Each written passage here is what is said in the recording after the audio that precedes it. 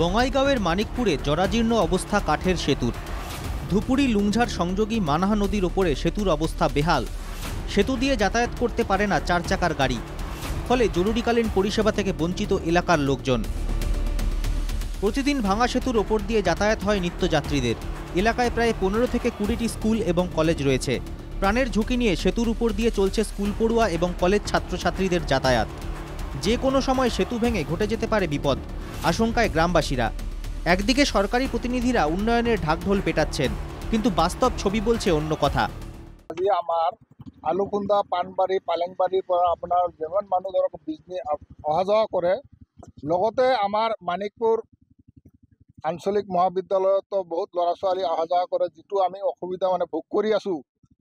আৰু বিশেষ কৰি ধৰক আমাৰ এই কাঠৰ ব্ৰিজখন বহুত দিনৰ পৰাই জৰাজীৰ্ণ অৱস্থা হৈ আছে। গতিকে আমি আমাৰ যিজন বৰ্তমান যেটা গভৰ্ণমেণ্ট চলি আছে, বহুত কি উন্নয়নৰ ঢাকঢোল বজাই আছে, কিন্তু এই হৈছে প্ৰকৃত উন্নয়ন। আমাৰ বিজনী আৰু পাতিলা দহৰ মাজত লুংঝাৰ গাঁৱত যিটো কাঠৰ দলং মানাহ নদীৰ ওপৰত আছে, এই দলংখন বহুত দিনৰ পৰা আমি এই দুৱপাৰৰ ৰাইজে বা 30-40খন গাঁৱৰ ৰাইজ আমি যিহেতু ভুগিবলগীয়া হৈছে বানপানীৰ সময়ত, বা বৰ্তমান আমি কোনো ধৰণৰ এম্বুলেন্স আমাৰ গাঁৱৰ ভিতৰলৈ 108 মাতিলেও আহিব নোৱাৰে, বা বিভিন্ন স্কুলৰ ছাত্ৰ ছাত্ৰীবিলাকে অহা যোৱা কৰাত অসুবিধা হৈ আছে, বা 4চকীয়া বাহনটো এতিয়াও আমি পাৰ কৰিব নোৱাৰোঁ। গতিকে আমি দলঙৰ কাৰণে আমাৰ বহু ক্ষেত্ৰত অসুবিধা হৈ আছে ৰাইজৰ। গতিকে আমি আশা কৰোঁ যাতে আমাৰ বিধায়ক বা আমাৰ MP মাননীয় ফণীভূষণ চৌধুৰী, তেখেতক মই নিজৰ এটা স্মাৰকপত্ৰও দিছিলোঁ। গতিকে যাতে সেই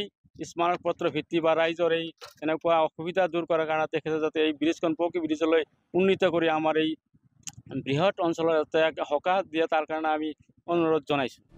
সেতু পাকা কৰে দেওয়াৰ দাবিতে স্থানীয় সাংসদেৰ কাছেও স্মাৰকপত্ৰ পাঠিয়েছে গ্ৰামবাসীৰা। অভিযোগ, প্ৰশাসনকে জানিয়েও কোনো কাজ হয়নি। বৰপেটা লোকসভাৰ MP মহোদয়ক হয়তো আমাৰ ইয়াৰে আমি এখন স্মাৰকপত্ৰ দিছোঁ। গতিকে আমি চৰকাৰক আহ্বান জনাম যে আমি কোনখন হয়তো জাগাত বসত কৰি আছোঁ, আজি এই অৱস্থা। আপোনাৰ এইটো দলঙৰ সিপাৰে আপোনাৰ যিটো পকী ৰাস্তা আপোনাৰ বিজনীলৈকে, আৰু ইয়াৰ পৰা আপোনাৰ পাতিলালৈকে পকী ৰাস্তা, এই দলংখন কিয় পকী নহয়, এইটো আমাৰ সরকারের ওসরত প্রশ্ন। এলাকায় 20 থেকে 30টি গ্রাম রয়েছে, অথচ সেতু দিয়ে কোনো অ্যাম্বুলেন্স কিংবা কোনো 4 চাকার গাড়ি চলাচল করতে পারে না, ফলে সমস্যায় পড়েছে এলাকাবাসী। আসলতে আমার বিজনী আৰু পাতিলাদহৰ মাজৰ লুংঝাৰ আৰু ধুবুৰী মাজত মানানৈৰ ওপৰত যিটো দলঙৰ জৰাজীৰ্ণ অৱস্থা, এইটো জৰাজীৰ্ণ অৱস্থাৰ কাৰণে আমাৰ এই বৃহৎ অঞ্চলৰ 20-30টা গাঁৱৰ বহুত প্ৰব্লেম হৈ আছে। আৰু আমাৰ গাঁৱৰ পৰা মানিকপুৰ স্কুলত বহুত ছাত্ৰ ছাত্ৰী আপ ডাউন কৰে। এই দলঙৰ কাৰণে আমি একদম হতাশাত ভুগি আছোঁ। গতিকে মোৰ এটাই অনুৰোধ, যাতে আমাৰ এই দলংখন সোনকালে পকী ব্ৰিজলৈ উন্নতি কৰে, এইখিনি মোৰ আবেদন। অবিলম্বে সেতুটি পাকা করে দেওয়া হোক, সরকার তথা স্থানীয় প্রশাসনের কাছে দাবি গ্রামবাসীদের।